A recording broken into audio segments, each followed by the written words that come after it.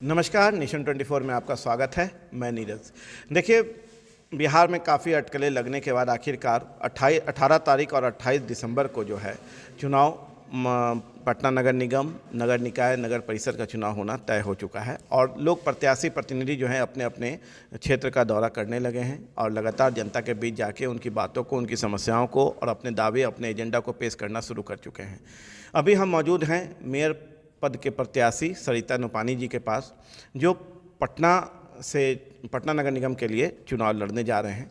हम इनसे बात करेंगे और जानेंगे कि आखिर पहली बार समाजसेवी हैं ये और पहली बार जो है चुनाव लड़ने जा रही हैं। आखिर क्या सोच हुआ कि घर से निकल के समाज सेवा को छोड़ के राजनीति में आना और चुनाव लड़ना, इन सारे चीज़ों पे इनसे हम गौर फरमाएंगे, इनसे बातें करेंगे और हमारे अपने माध्यम से जो है आप तक इनकी बातों को पहुंचाने की कोशिश करेंगे। तो चलिए हम इनसे बात करते हैं और जानते हैं कि आखिर इन सारे चीज़ों के पीछे का राज क्या है।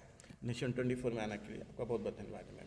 Thank you. पहला सवाल है मैम, गृहिणी हैं, फिर समाजसेवी भी हैं, अब नया मेयर प्रत्याशी के तौर पे चुनाव लड़ने जा रहे हैं, क्या है इसके पीछे का राज? गृहिणी के साथ साथ मैं पिछले 30 साल से और भी बहुत सारा काम करती हूँ। ये नहीं है कि सिर्फ मैं घर का ही काम करती हूँ। एक गृहिणी के ऊपर बहुत सारी जिम्मेदारियाँ होती हैं। बच्चों की पढ़ाई की भी होती है, साथ में अपने परिवार को देखने का भी होता है। रही बात कि मैं इस फील्ड में क्यों आई, तो क्योंकि ये समाज सेवा जो है ये एक मेयर प्रत्याशी के लिए भी एक समाज सेवा ही है। ये सिर्फ पटना वासियों के लिए क्या क्या ज़रूरत है वो करना, इसमें सबसे बड़ा हमारे लिए एक काम होता है मेयर प्रत्याशी का। तो जनता जो है वो इस प्लेटफॉर्म को एक समाज सेवा के रूप में ही देखती है। मेरा भी यही सोच है कि ये एक समाज सेवा ही है, इसलिए मैं इस फील्ड में उतर के आई हूँ कि यहाँ मुझे बहुत अच्छा एक फॉर्म मिलेगा जहाँ मैं काम कर सकूँगी। मैंने बच्चों की पढ़ाई पे बहुत ध्यान दिया है, खासकर स्लम एरिया में मैंने देखा कि बहुत सारे बच्चे, छोटे छोटे बच्चे लोग नशा करते हैं, स्कूल नहीं जाते हैं, उनकी मजबूरी होती है, उनके मदर फादर दोनों कमाते हैं, इसलिए उन बच्चों पे ध्यान नहीं दिया जाता है।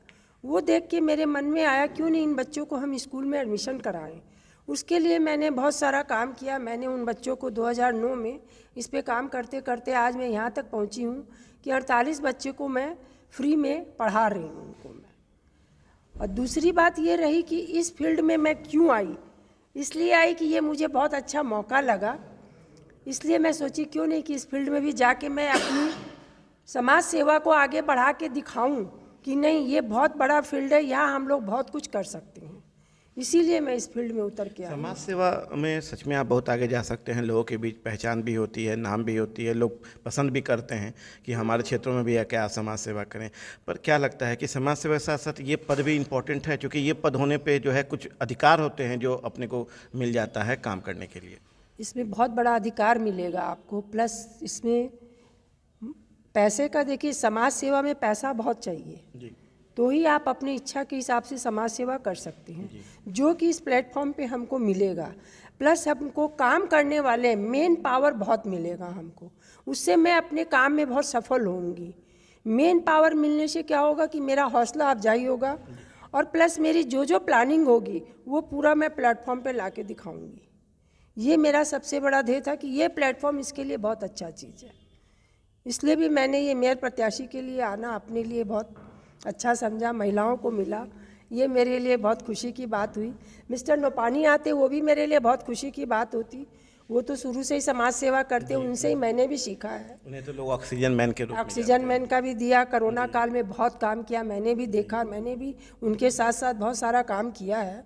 ये बोलने की बात नहीं है, जनता ही ने जब ऑक्सीजन मैन का दे दिया तो बिल्कुल जनता जानती भी है। जनता ये देखेगी कि कौन काम करता है, उसको ही वोट देगी। जनता बहुत जागरूक हो चुकी है, इसलिए बहुत उम्मीद है।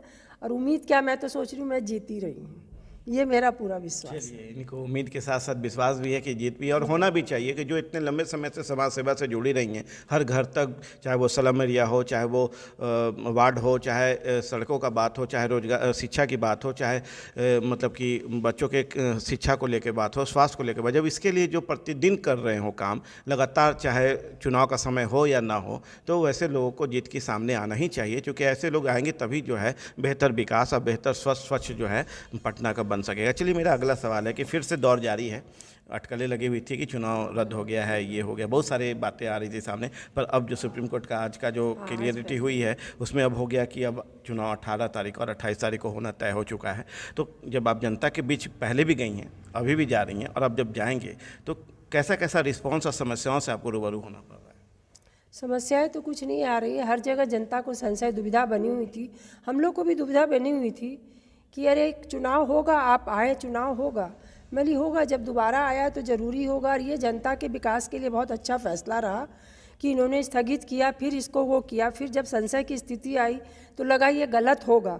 यदि ये स्थगित होगा तो जनता के विकास के लिए बहुत गलत होगा ये। लेकिन चलिए, सरकार ने इसको आगे इसको स्वीकृति दी, तो ये दुविधा की स्थिति खत्म होने से हम प्रत्याशियों का हौसला बहुत बड़ा है।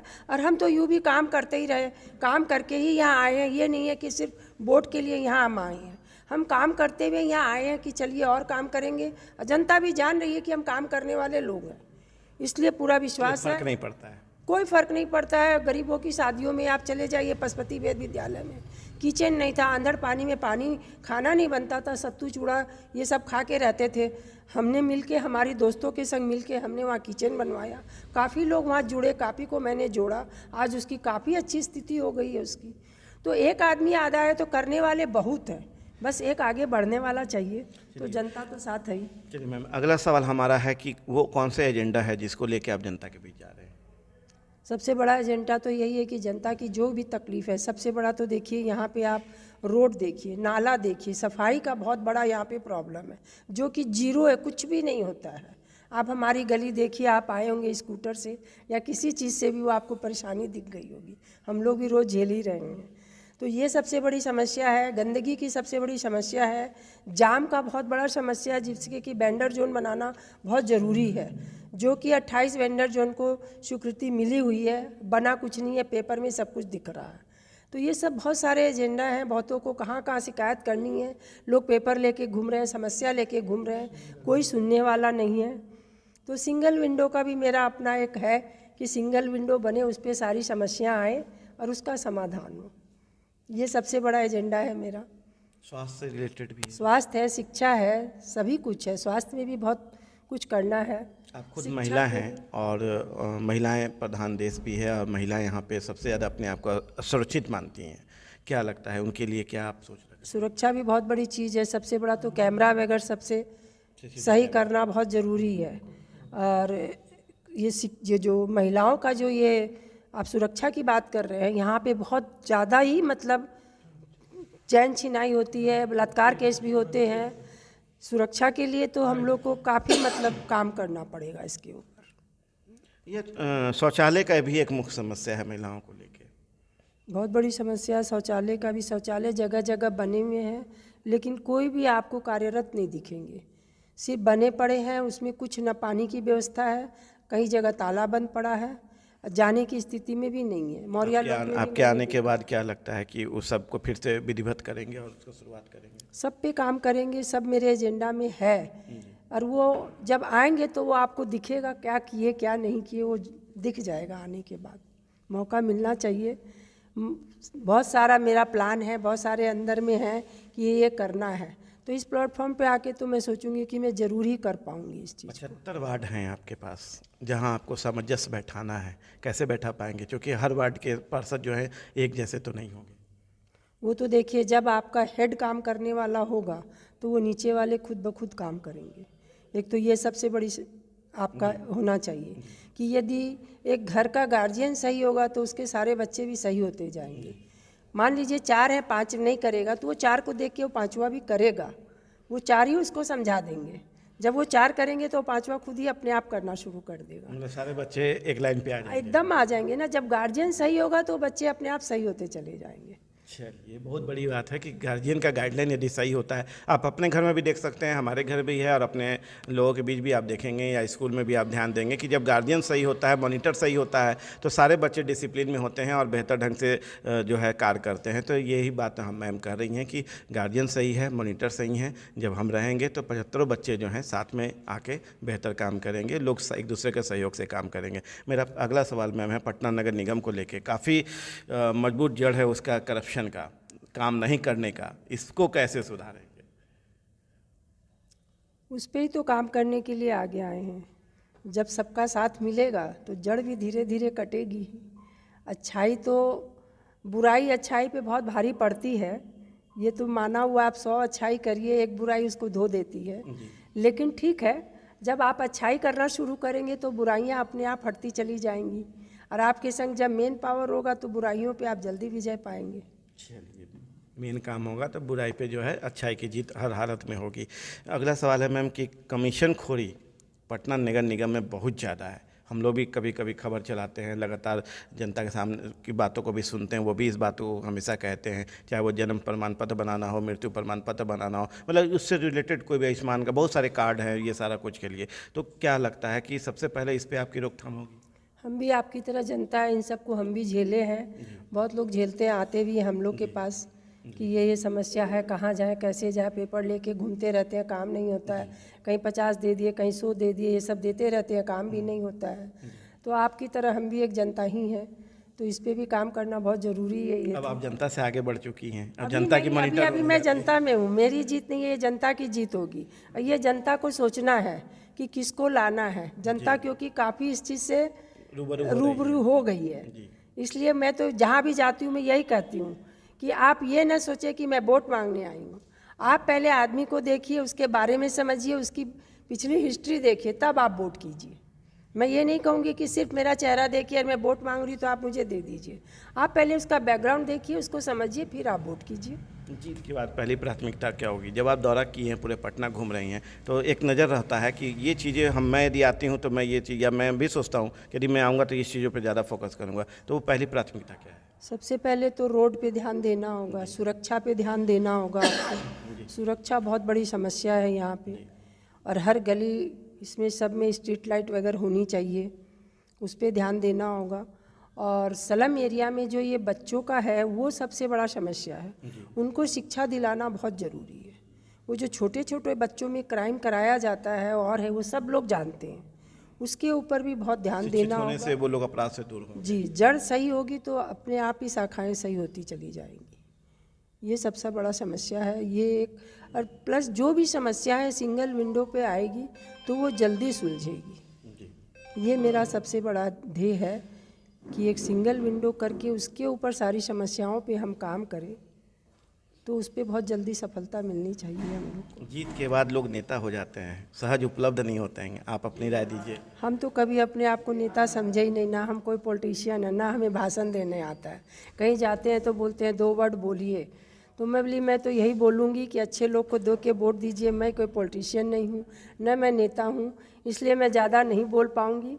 जो मुझे बोलना था मैं बोल चुकी हूँ, ये बोल के मैं अपनी बात को विराम दे देती हूँ। मैं कभी पॉलिटिशियन मानी ही नहीं अपने आप को, और न मैं मानूंगी। और ये नागरिक बनेंगी तो सहज उपलब्ध होना होगा ना लोगों के लिए। वो तो उपलब्ध होंगे, हम तो सबको यही बोलते हैं। आके तो देखिए, अभी लोग बोलते हैं आप वोट मांगने आ रही हैं, क्या आप मिलेंगी? मौली देखिएगा, आजमा के मिलेंगे। अभी मिलते हैं हम तो उस समय भी ज़रूरी मिलेंगे। सेवा करना ही हमारा ध्येय है, तो आप आजमा के देखिए। हमारे माध्यम से पटना नगर निगम की जनता को क्या संदेश देना चाहिए? हम तो यही देंगे कि इसको किसी पार्टी से, किसी राजनीति से मतलब नहीं है। ये मेयर के चुनाव को, ये एक तरह से समाज सेवा है। समाज का उत्थान करने के लिए, हमारे पटना का, पूरा नगर का ये उत्थान करने के लिए मेयर पोस्ट को बनाया गया है कि एक मालिक है, और उस एक मालिक के अंडर आप लोग सबको ही काम करके इस पटना नगर को, हम सबका जिम्मेदारी है कि इसको सबसे अच्छा बनाएं। और ये इतना बड़ा बजट है पटना नगर निगम का कि साल का आप एक बजट 80-90% भी खर्च कर देते हैं तो हमारा पटना स्विट्जरलैंड बन जाएगा। ये मेरा दावा है।